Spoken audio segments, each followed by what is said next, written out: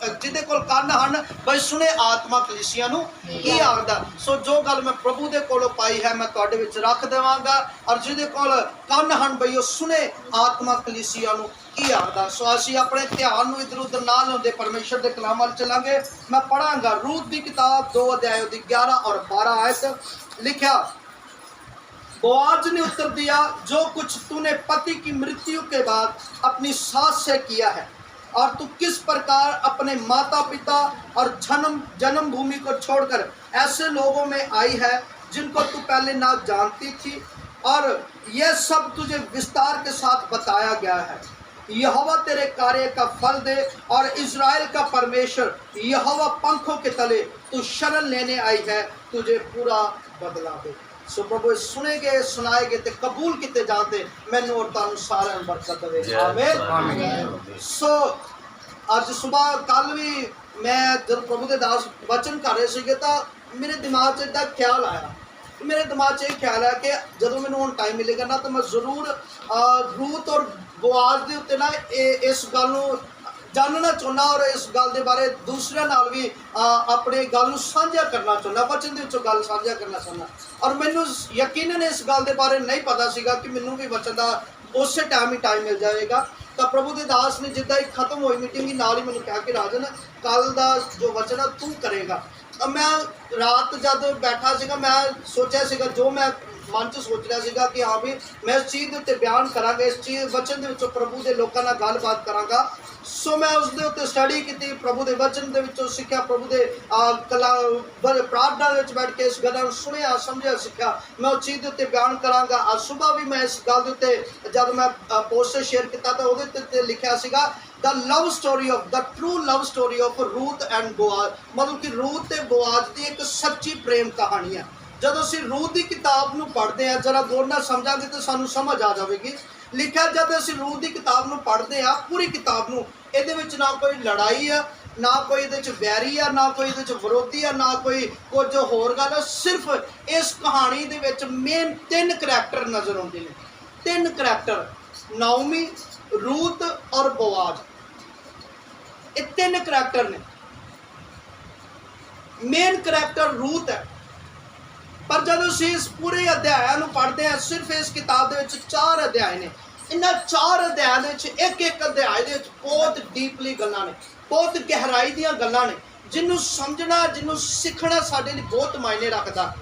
हमेशा परमेश्वर वैरियां दा नाश नहीं करता, हमेशा परमेश्वर किसी की बुराई नहीं वेखदा, हमेशा परमेश्वर ये नहीं चाहता कि मैं वो कर दांगा, मैं अपने दुश्मनों को दो अपने लोगों को आज़ाद कर दांगा, वो कर दांगा, वो कर दांगा। पर परमेश्वर जो है प्रेम करने वाला भी है। सो रूत की किताब दे विच असीं एक चीज़ नूं देख सकते, एक प्यार दी किताब है। इहदे विच एक सच्ची प्यार दी कहानी लिखी गई है। किवें रूत ने बोआज दे नाल दूसरा ब्याह करवाया, क्यों ब्याह करवाया? जब असीं शुरू तो पढ़ते हैं बाइबल दे विच लिखा परमेश्वर दे देश दे विच जब इजरायली रह रहे सीगे तां इजराइल दे विच एक अजिहा काल पिया और ऐसा काल पिया कि सारे लोग भुख दे नाल मरन लग गए।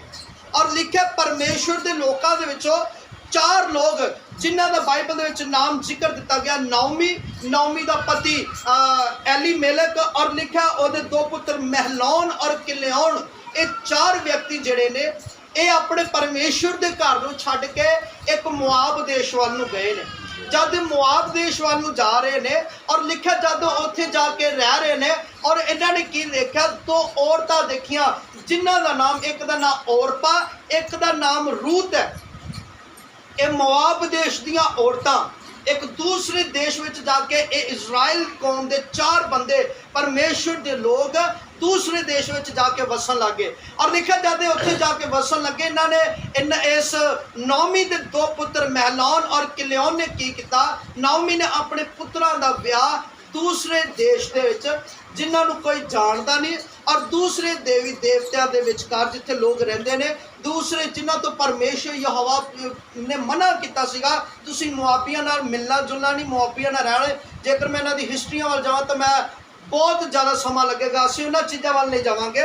और लिखा जब परमेश्वर ने इन्हां नूं मना कीता सी तुसीं उत्थे जाके उन्हां नाल ब्याह नहीं करना, उन्हां नाल मेल मिलाप नहीं रखना, बाइबल दे विच लिखा पर इस नौमी ने अपने दोनों पुत्रां दा उत्थे ब्याह कर दिता औरपा और रूत दे नाल। लिखा जब उस समय दे विच समा गुजरदा गया, अजिहा समा आया ये जो इजराइल तो परमेश्वर के घर दे विचों जब भुख पई सीगी, ये 4 व्यक्ति गए ने और लिखा नौमी का पति भी उत्थे मर गया और नौमी के दोनों पुत्र भी उत्थे मर गए। उस देश में उन्हां दा नाश हो गया और बाद दे विच लिखा उत्थे सिर्फ 3 जन रह गए, नौमी, औरपा और रूत। और बाइबल दे विच लिखा नौमी, औरपा, रूत ये जद रहन लग गए और नौमी ने एक बार खबर आई कि इजराइल के परमेश्वर ने फिर दुहाई नूं सुन लिया, इजराइल फिर तो परमेश्वर ने वसा दिता, उत्थे खाण पीण नूं सब कुछ मिलण लग गया। और बाइबल दे विच लिखा नौमी ने चाटना तैयारी की अपनियां नौहां नूं लैके आ रही है, पर राह दे विच जद नौमी अपने इजराइल की हद तक पहुँच गई है और लिखा नौमी ने एक गल आखी कि मेरी धीओ जे तुसीं वापस जाना चाहुंदियां तुहाडे कोल मौका हैगा।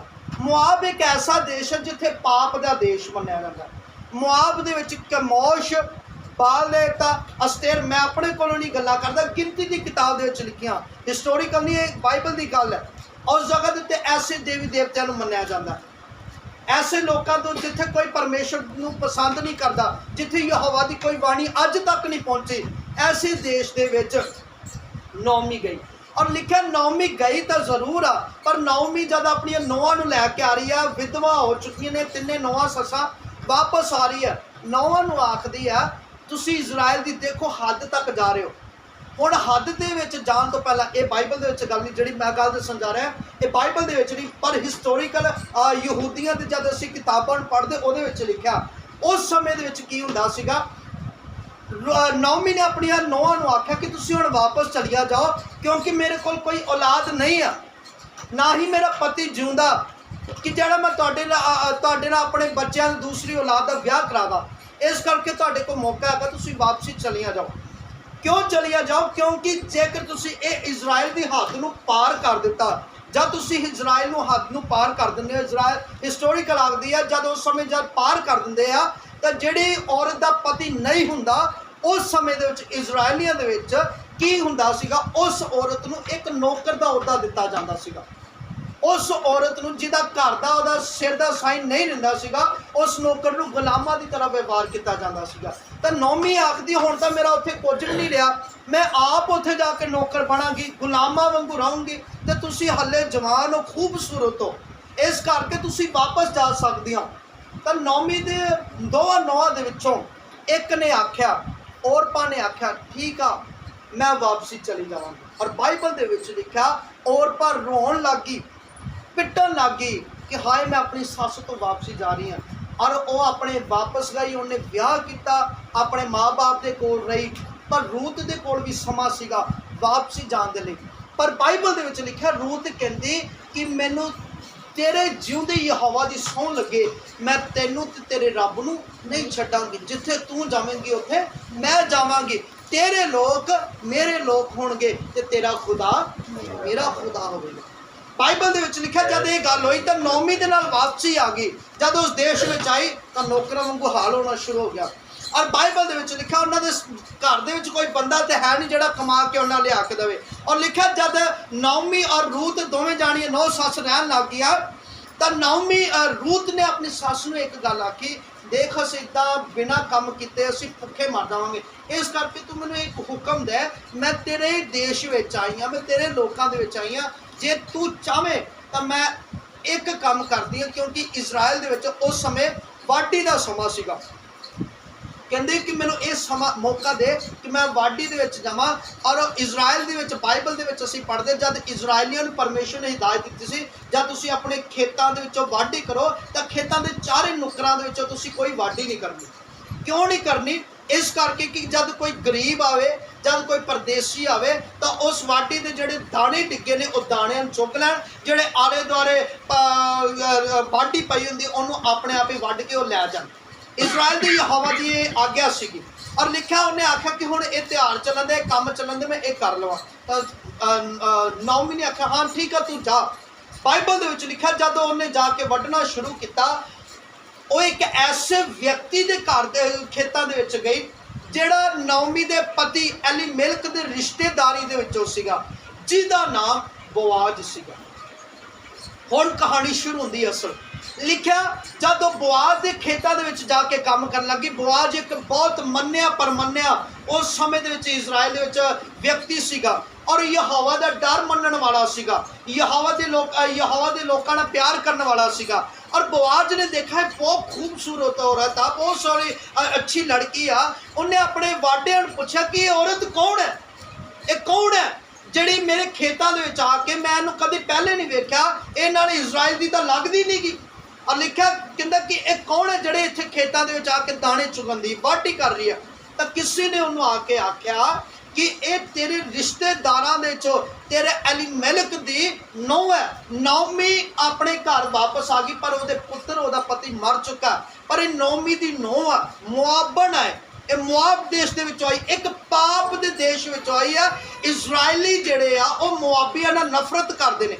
सुनिए जिहड़े इजराइली ने मुआबियां नाल नफरत करदे, उन्होंने चंगा नहीं समझते। क्यों? क्योंकि यहोवा ने आख्या सीगा तुसीं इन्हां नूं मिलना नहींगा, ये पाप दे वल्लों जम्मे हुए ने। और मुआब जिहड़े देश सीगे जब इजराइलियां ने कनान वाल नूं आउणा सी मिस्र दे विचों, ते मुआबियां ने परमेश्वर के लोकां नूं राह नहीं दिता सीगा कि तुसीं साडे देश थाणी लंघ जाओ। इस करके यहोवा ने कहा सी तुसीं नहीं मिलना। और इस जगह के उत्ते देखते जिहड़ा बोआज है, बोआज ने नफरत करन दी जगह के उत्ते की किया, इस रूत लई राह खोलिया। इस रूत लई अपने आख्या कि रूत तू मेरे कोल आ, इधर आ, मेरी गल सुन, मैं जान चुका वां तू कौन है। इसे करके जब असी इसे दी आयत नूं पढ़दे तां ही जब मैं शुरू दे विच लिखा कहंदा बोआज ने उन्होंने उत्तर दिता, कहंदा मैं जो कुछ तेरे पति दे मौत तो बाद होया, जो तेरी तू सस नाल कीता, जिहड़े काम तू अपने माँ प्यो नूं, अपने जन्म स्थान नूं, सारा अपने लोकां नूं जिन्हां तू छड्ड के आ गई, इस जगह दे उत्ते जिन्हां तू कदे भी नहीं जानदी सीगी। इस करके उन्होंने मैनूं सब कुछ विस्तार नाल दस दिता। इस करके यहोवा तेरे कम्मां दा तैनूं की देवे, फल देवे। जद असी अपने पापमई जिंदगी दे विच हुंदे आ, असी बुराई दे विच हुंदे आ, तां लोग साडे उत्ते कई जिहड़े ने नफरत करदे ने, यार ये तां गलत ही आ, हमेशा गलतियां करदा रहिंदा, हमेशा पाप ही करदा रहिंदा। पर यहोवा मनां नूं जांचदा। हालेलुया।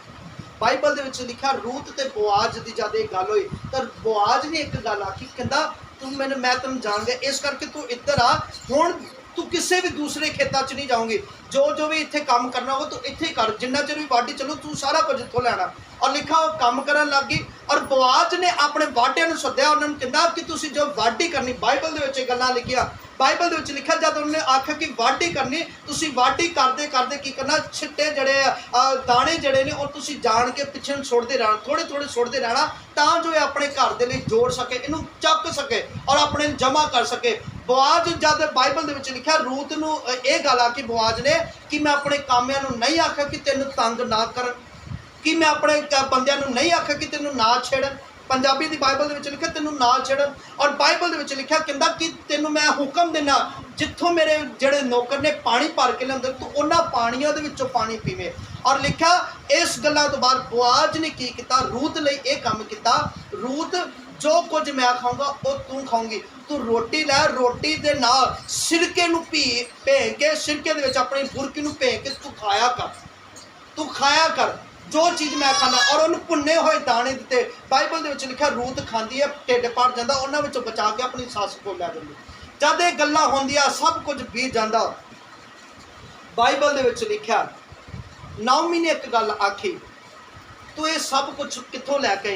रूत ने सारी गल दसी, ऐदा ऐदा मैं बोआज कोल गई सी, तुहाडे रिश्तेदारां चों इदा उदा सारी गल दसी। तां नाओमी ने एक गल आखी, तू इदा कर, तू साडे रिश्तेदारी दे विचों आ, साडा ही है, तो इस करके हुण तू बोआज नाल ब्याह कर ले, बोआज तेरे लिए सैट है, बोआज तेरे लिए बेस्ट लाइफ पार्टनर है।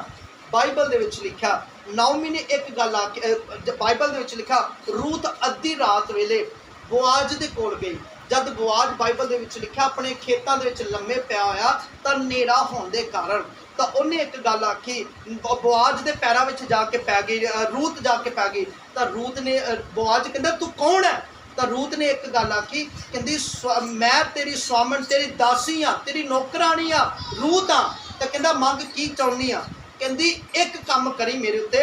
बाइबल दे विच लिखा 3:9 दे विच लिखा, उसने पूछा तू कौन है? कहंदी तब मैं बोली मैं तो तेरी दासी रूत हूँ, तू अपनी दासी को अपनी चद्दर उड़ा दे क्योंकि हमारी भूमि छुड़ाने वाला कोई नहीं। उस समय दे विच नाओमी और ਉਹਦਾ सारा कारोबार जो सीगा ਉਹ गिरवी सीगा, मतलब कि ਉਹ ਵੇਚਣ ਤੇ ਆਇਆ ਹੋਇਆ ਸੀਗਾ और कोई छुड़ाउण वाला नहीं सीगा। इस करके रूत ने यह गल आखी कि मैं तेरी दासी मेरे उत्ते अपनी चादर उंडेल दे, अपनी चादर मेरे उत्ते पा दे रात के टाइम, और आखदी मैनू छुड़ा ला, मेरे घर बार नूं उस गहने गट्टिया तो सानू छुड़ा ला। बोआज ने इस तरीके नाल गल कीती। आइए इस गल का विस्तार सिखांगे। बाइबल दे विच असीं जद देखदे ये रूत ऐसी जगह के उत्तों आई जिथे कोई यहोवा नूं नहीं जानदा सी। औरपा और रूत दे कोल समा सीगा। बाइबल दे विच एक गल लिखी है, सदे हुए बहुत ने पर चुने हुए घट ने। औरपा नूं भी इजरायली मनुख नाल ब्याह करन दा मौका मिलिया, रूत नूं भी मिलिया। औरपा नूं भी मौका मिलिया कि तू इजराइल दे विच जा सकदी है, रूत नूं भी मौका मिले कि इजराइल विच तू भी जा सकदी है। औरपा ने उस गल नूं छड्ड दिता, वापस मुड़ गई। पर रूत उस अपनी सस दे नाल अपने देश नूं भुल के, अपनियां चीज़ां नूं भुल के, अपने माँ प्यो नूं भुल के, अपनियां सोचां नूं भुल के, अपने देवी देवतियां नूं छड्ड के अपनी सस नाल अगे वध गई। हालेलुया। ये साडे सोचण वाली गल है। परमेश्वर मौका सारिਆਂ नूं दिंदा, मैनूं और तुहानूं भी दिंदा कि तुसीं अगे वधना चाहुंदे हो या पिछे जाना चाहुंदे हो। ये तुहाडे उत्ते डिपेंड है। रूत ने एक अच्छा वर प्राप्त किया।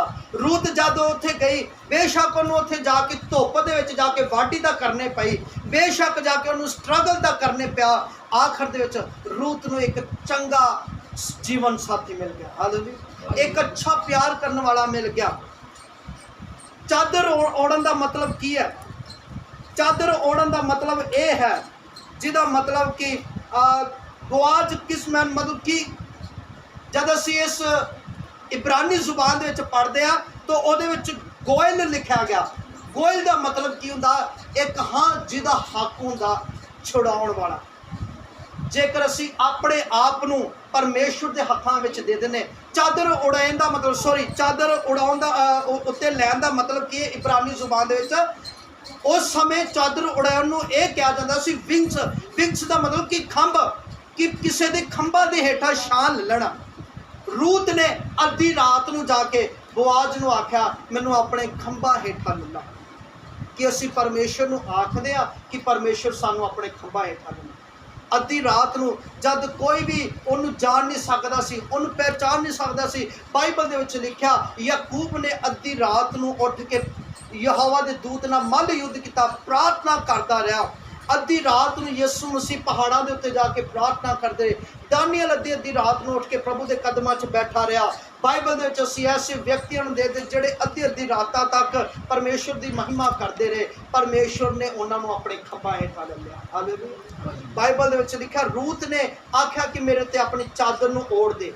चादर नूं ओढ़न दा मतलब कि उहदे खंभा दे हेठा आ जाना। और बाइबल दे विच लिखिया और छुड़ाउण वाले का मतलब यही सीगा, मतलब ये जिहदा हक है जिहड़ा छुड़ा सकदा है। रूत नूं उहदे बुआज ने छुड़ा लिया। जेकर परमेश्वर की असी कलीसिया हाँ, जे परमेश्वर के असी चुने हुए हाँ, जेकर असी अपने आप नूं परमेश्वर के हत्थां विच दे दिंदे आ, जिस तरह रूत ने बुआज दे हत्थां 'च अपने आप नूं दे दिता, तो फिर परमेश्वर का मकसद है, परमेश्वर ही है जो सानू छुड़ा सकता है। बुआज के नाम का मतलब एक दया करने वाला, बुआज के नाम का मतलब एक छुड़ाउण वाला, बुआज के नाम का मतलब एक प्यार करने वाला, और रूत के नाम का मतलब एक अच्छी दोस्त, एक अच्छी सहायक। हालेलुया। इस रीति ना मसीह दे विच मैं और तुसी हाँ, भावें असी कित्थों भी आए हैं, भावें असी किसी भी देश चों आए हैं, वो कोई मायने नहीं रखता। बुआज चाहता तो उस मापन औरत नाल नफरत कर सकता ਸਕਦਾ ਸੀ। ਬੋਆਜ਼ ਚਾਹੁੰਦਾ ਤਾਂ ਉਹਨੂੰ ਆਪਣੇ ਖੇਤਾਂ ਵਿੱਚ ਪੁਜਾ ਸਕਦਾ ਸੀ। ਇਹਦਾ ਪਾਪੀ ਆ, ਇਹਨਾਂ ਨਾਲ ਯਹੋਵਾ ਨੇ ਮਿਲਣ ਨਹੀਂ, ਯਹੋਵਾ ਨੇ ਮਨਾ ਕੀਤਾ ਤੁਸੀਂ ਨਹੀਂ ਮਿਲਣਾ। ਯਹੋਵਾ ਨੇ ਤੇ ਆਖਿਆ ਕਿ ਤੁਸੀਂ ਇਹਨਾਂ ਨੂੰ ਦੂਰ ਕਰ ਦਿਓ। ਬੋਆਜ਼ ਚਾਹੁੰਦਾ ਤਾਂ ਉਹਨੂੰ ਕੁੱਟਦਾ, ਉਹਨੂੰ ਮਾਰਦਾ, ਉਹਨੂੰ ਦੂਸਰਿਆਂ ਕੋਲ ਮਰਵਾਉਂਦਾ। ਔਰ ਬੋਆਜ਼ ਨੇ ਇਹ ਕੰਮ ਨਹੀਂ ਕੀਤਾ। ਭਾਵੇਂ ਅਸੀਂ ਜਿੱਦਾਂ ਦੇ ਮਰਜ਼ੀ ਆ, ਅੱਜ ਯਿਸੂ ਮਸੀਹ ਨੇ ਸਾਡੇ ਲਈ ਵੀ ਰਾਹ ਖੋਲ੍ਹਿਆ। ਭਾਵੇਂ ਅਸੀਂ ਪਾਪ ਦੇ ਵਿੱਚ ਆ, ਚਾਹੇ ਅਸੀਂ ਗਲਤੀਆਂ ਦੇ ਵਿੱਚ ਆ, ਚਾਹੇ ਬਿਮਾਰੀਆਂ ਦੇ ਵਿੱਚ ਆ, ਚਾਹੇ ਕੈਸੇ ਵੀ ਹਾਲਾਤ ਦੇ ਵਿੱਚ ਆ, ਅਸੀਂ ਯਿਸੂ ਮਸੀਹ ਦੇ ਹਾਲੇਲੂਇਆ। ਯਿਸੂ ਮਸੀਹ ਨੇ ਸਾਡੇ ਉੱਤੇ ਦਇਆ ਕੀਤੀ ਹੈ। ਜਦ ਅਸੀਂ ਇਹਦੇ ਬਾਰੇ ਪੜ੍ਹਦੇ ਹਾਂ, ਯਿਸੂ ਮਸੀਹ ਵੀ ਇਸੇ ਰੂਤ ਦੀ ਕੁੱਲ ਦੇ ਵਿੱਚੋਂ ਆਇਆ। ਹਾਲੇਲੂਇਆ। ਯਿਸੂ ਮਸੀਹ ਦਾਊਦ ਵੀ ਇਸੇ ਰੂਤ ਦੀ ਕੁੱਲ ਦੇ ਵਿੱਚੋਂ ਆਇਆ। ਰਹਾਬ ਵੈਸ਼ਿਆ ਜਿਹੜੀ ਯਰੀਹੋ ਦੀ ਕੰਧਾਂ ਦੇ ਵਿੱਚ ਬੈਠੀ ਹੋਈ ਸੀਗੀ, ਉਹ ਵੀ ਯਿਸੂ ਮਸੀਹ ਦੀ ਉਹਦੀ ਕੁੱਲ ਦੇ ਵਿੱਚੋਂ ਯਿਸੂ ਮਸੀਹ ਪੈਦਾ ਹੋਇਆ। ਰਹਾਬ, ਰੂਤ, ਬੇਰਸ਼ੇਬਾ ਦੇ ਬਾਰੇ ਜਦ ਅਸੀਂ ਪੜ੍ਹਦੇ, ਇਹ ਤਿੰਨ ਐਸੀਆਂ ਔਰਤਾਂ ਨੇ ਜਿਨ੍ਹਾਂ ਦਾ ਕੋਈ ਪਰਮੇਸ਼ਰ ਦੇ ਲੋਕਾਂ ਨਾਲ ਕੋਈ ਲੈਣ ਦੇਣ ਨਹੀਂ, ਪਰ ਫਿਰ ਵੀ ਪਰਮੇਸ਼ਰ ਨੇ ਉਹਨਾਂ ਨੂੰ ਆਪਣੇ ਕੰਮਾਂ ਲਈ ਚੁਣਿਆ ਜਿਨ੍ਹਾਂ ਦੀ ਕੋਈ ਦੁਨੀਆ ਦੇ ਉੱਤੇ ਵੈਲਿਊ ਨਹੀਂ ਸੀ। ਇਹ ਸਭ ਯਿਸੂ ਮਸੀਹ ਦੀ ਦਇਆ ਦੇ ਨਾਲ ਸਭ ਕੁਝ ਹੈ। ਹਾਲੇਲੂਇਆ। ਇਸ ਗੱਲ ਤੋਂ ਸਾਨੂੰ ਸਿੱਖਣ ਨੂੰ ਮਿਲਦਾ, ਚਾਹੇ ਅਸੀਂ ਕਿਸੇ ਵੀ ਪ੍ਰਕਾਰ ਦੇ ਹਾਂ, ਚਾਹੇ ਕਿਸੇ ਵੀ ਹਾਲਾਤ ਦੇ ਵਿੱਚ ਹਾਂ, ਪਰਮੇਸ਼ਰ ਇਹ ਗੱਲ ਆਖਦਾ ਕਿ ਅਸੀਂ ਸਮਰਪਣ ਕਰੀਏ ਪਰਮੇਸ਼ਰ ਲਈ, ਪਰਮੇਸ਼ਰ ਦੇ ਲੋਕਾਂ ਲਈ, ਪਰਮੇਸ਼ਰ ਦੇ ਘਰ ਦੇ ਲਈ ਅਸੀਂ ਸਟਰਗਲ ਕਰੀਏ, ਮਿਹਨਤ ਕਰੀਏ, ਤਾਂ ਜੋ ਸਾਡੀਆਂ ਆਉਣ ਵਾਲੀਆਂ ਪੀੜ੍ਹੀਆਂ, ਆਉਣ ਵਾਲੀਆਂ ਜਨਰੇਸ਼ਨਾਂ ਪ੍ਰਭੂ ਦੇ ਨਾਮ ਦੇ ਵਿੱਚ ਅੱਗੇ ਵਧ ਸਕਣ, ਪ੍ਰਭੂ ਉਹਨਾਂ ਨੂੰ ਇਸਤੇਮਾਲ ਕਰ ਸਕੇ। ਹਾਲੇਲੂਇਆ। ਬੇਸ਼ੱਕ ਅੱਜ ਰੂਤ ਨੇ ਮਿਹਨਤ ਕੀਤੀ, ਖੇਤਾਂ ਦੇ ਵਿੱਚ ਰਹਿ ਕੇ ਮਿਹਨਤ ਕੀਤੀ। ਮੈਂ ਇੱਕ ਗੱਲ ਆਖਰੀ ਦੱਸ ਕੇ ਸਮਾਪਤ ਕਰਾਂਗਾ। ਪ੍ਰਭੂ ਦੀ ਦਾਸੀ ਕਈ ਵਾਰ ਜਦ ਇਹਨਾਂ ਦੇ ਨਾਲ ਸਮਾਂ ਮਿਲਿਆ ਮੈਨੂੰ ਜਾਣ ਦੇ ਲਈ, ਇਹਨਾਂ ਦੇ ਪਿੰਡ ਵੱਲ, ਤਾਂ ਇਹਨਾਂ ਇਹ ਦੱਸ ਦਿੰਦੇ ਸੀ ਅਸੀਂ ਇੱਥੋਂ ਤੋਂ ਜਾ ਕੇ ਤੁਰ ਕੇ ਕੰਮ ਕਰਦੇ ਰਹੇ, ਕਿੱਦਾਂ ਸਾਈਕਲ ਨੂੰ ਚੱਕ ਕੇ ਲੈ ਕੇ ਜਾਂਦੇ ਰਹੇ ਰਾਤਾਂ ਨੂੰ ਖੇਤਾਂ ਦੇ ਵਿੱਚ, ਕਦੀ ਕਿਤੋਂ। ਬੇਸ਼ੱਕ ਇਹਨਾਂ ਨੇ ਉਸ ਵੇਲੇ ਰੂਤ ਦੀ ਤਰ੍ਹਾਂ ਮਿਹਨਤ ਕੀਤੀ, ਪਰ ਅੱਜ ਉਹਨਾਂ ਦੀਆਂ ਜਨਰੇਸ਼ਨਸ, ਅੱਜ ਉਹਨਾਂ ਦੀਆਂ ਆਉਣ ਵਾਲੇ ਕੁੱਲ ਪੀੜ੍ਹੀਆਂ ਯਿਸੂ ਦੇ ਨਾਮ ਦੇ ਵਿੱਚ ਅੱਗੇ ਵੱਧ ਰਹੀਆਂ। ਹਾਲੇਲੂਇਆ। ਯਹੋਵਾ ਉਹਨਾਂ ਨੂੰ ਇਸਤੇਮਾਲ ਕਰ ਰਿਹਾ। ਇਹ ਸਿੱਖਣ ਲਈ ਇਹ ਭਾਵੇਂ ਉਸ ਸਮੇਂ ਦੇ ਵਿੱਚ ਇੱਕ ਕਹਾਣੀ ਬਾਈਬਲ ਦੀ ਸਾਨੂੰ ਲੱਗਦੀ ਰਹੇ, ਪਰ ਅਸਲੀਅਤ ਦੇ ਵਿੱਚ ਇਹ ਗੱਲਾਂ ਪਰਮੇਸ਼ਰ ਦੇ ਲੋਕਾਂ ਨਾਲ ਹੋਈਆਂ ਨੇ। ਅੱਜ ਅਸੀਂ ਮਿਹਨਤ ਕਰ ਲਾਂਗੇ ਤਾਂ ਗਾਂ ਸਾਡੀਆਂ ਜਨਰੇਸ਼ਨਾਂ ਅੱਗੇ ਤੋਂ ਅੱਗੇ ਪਰਮੇਸ਼ਰ ਦੇ ਵਿੱਚ ਵਧਦੀਆਂ ਜਾਣਗੀਆਂ, ਉਹ ਸਕਸੈਸ ਹੋਣਗੀਆਂ। ਉਹਨਾਂ ਨੂੰ ਜ਼ਿਆਦਾ ਮਿਹਨਤ ਕਰਨ ਦੀ, ਸਟਰਗਲ ਕਰਨ ਦੀ ਲੋੜ ਨਹੀਂ ਪਵੇਗੀ। ਹਾਲੇਲੂਇਆ।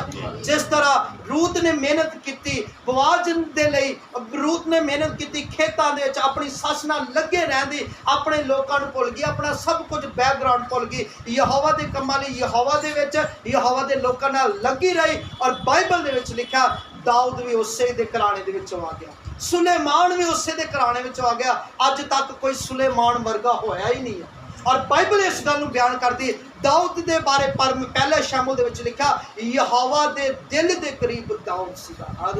ਦਾਊਦ ਦੀ ਆਪਣੀ ਐਬਿਲਿਟੀ ਨਹੀਂ ਸੀਗੀ, ਦਾਊਦ ਦੇ ਪਿੱਛੇ ਮਿਹਨਤ ਕਰਨ ਵਾਲੀ ਉਹਦੀ ਪੜਦਾਦੀ ਰੂਤ ਸੀਗੀ। ਹਾਲੇਲੂਇਆ। ਯਿਸੂ ਮਸੀਹ ਵੀ ਉਹਦੇ ਕੋਲੇ ਦੇ ਵਿੱਚ ਆਇਆ। ਅੱਜ ਜ਼ਰੂਰਤ ਹੈ ਪਰਮੇਸ਼ਰ ਮੈਨੂੰ ਔਰ ਤੁਹਾਨੂੰ ਆਖਦਾ ਕਿ ਅਸੀਂ ਆਪਣਾ ਆਪ ਪਰਮੇਸ਼ਰ ਦੇ ਲਈ ਕਰ ਸਕਦੇ ਹਾਂ। ਮੈਂ ਇੱਕ ਆਖਰੀ ਗੱਲ ਆਖਾਂਗਾ, ਕਿਸੇ ਨੇ ਗੁੱਸਾ ਨਹੀਂ ਕਰਨਾ। ਕੱਲ ਦਾ ਸਮਾਂ ਜੋ ਹੈ ਸ਼ੁੱਕਰਵਾਰ ਦਾ, ਕੋਈ ਆਪਣੇ ਘਰ ਦੇ ਵਿੱਚ ਯਹੋਵਾ ਨੂੰ ਉਤਾਰ ਸਕਦਾ, ਕੋਈ ਆਪਣੇ ਘਰ ਦੇ ਵਿੱਚ ਰੋਜ਼ਾ ਰਖਵਾ ਸਕਦਾ। ਇਹ ਗੱਲ ਮੈਂ ਆਖ ਸਕਦਾ, ਮੈਂ ਕਿਸੇ ਨੂੰ ਇਹ ਨਹੀਂ ਕਹਿ ਸਕਦਾ ਤੁਸੀਂ ਕਰਵਾਓ, ਪਰ ਮੈਂ ਇਹ ਗੱਲ ਇਸ ਕਰਕੇ ਆਖੀ ਕਿਉਂਕਿ ਰੂਤ ਨੇ ਅੱਜ ਬੀਜਿਆ, ਪਰ ਉਹਦੀਆਂ ਆਉਣ ਵਾਲੀਆਂ ਨਸਲਾਂ ਨੇ ਵੱਢ ਲਿਆ। ਜੇਕਰ ਤੁਸੀਂ ਯਹੋਵਾ ਲਈ ਬੀਜੋਗੇ ਤਾਂ ਤੁਹਾਡੀਆਂ ਆਉਣ ਵਾਲੀਆਂ ਨਸਲਾਂ ਵੀ ਵੱਢਣਗੀਆਂ। ਆਤਮਿਕ ਵੀ ਬੇਦਾਰੀ ਆਵੇਗੀ, ਸਰੀਰਕ ਵੀ ਬੇਦਾਰੀ ਆਵੇਗੀ, ਔਰ ਕਮਾਈ ਦੇ ਵਿੱਚ ਵੀ ਯਹੋਵਾ ਵੱਲੋਂ ਬਰਕਤ ਆਵੇਗੀ। ਬੇਸ਼ੱਕ ਅੱਜ ਦੁੱਖ ਲੱਗਦਾ, ਪਰ ਇਹਦੇ ਤੋਂ ਬਾਅਦ ਸੁੱਖ ਆਵੇਗਾ। ਸੋ ਪ੍ਰਭੂ ਮੈਨੂੰ ਔਰ ਤੁਹਾਨੂੰ ਸਾਰਿਆਂ ਨੂੰ ਇਹਨਾਂ ਵਚਨਾਂ ਦੁਆਰਾ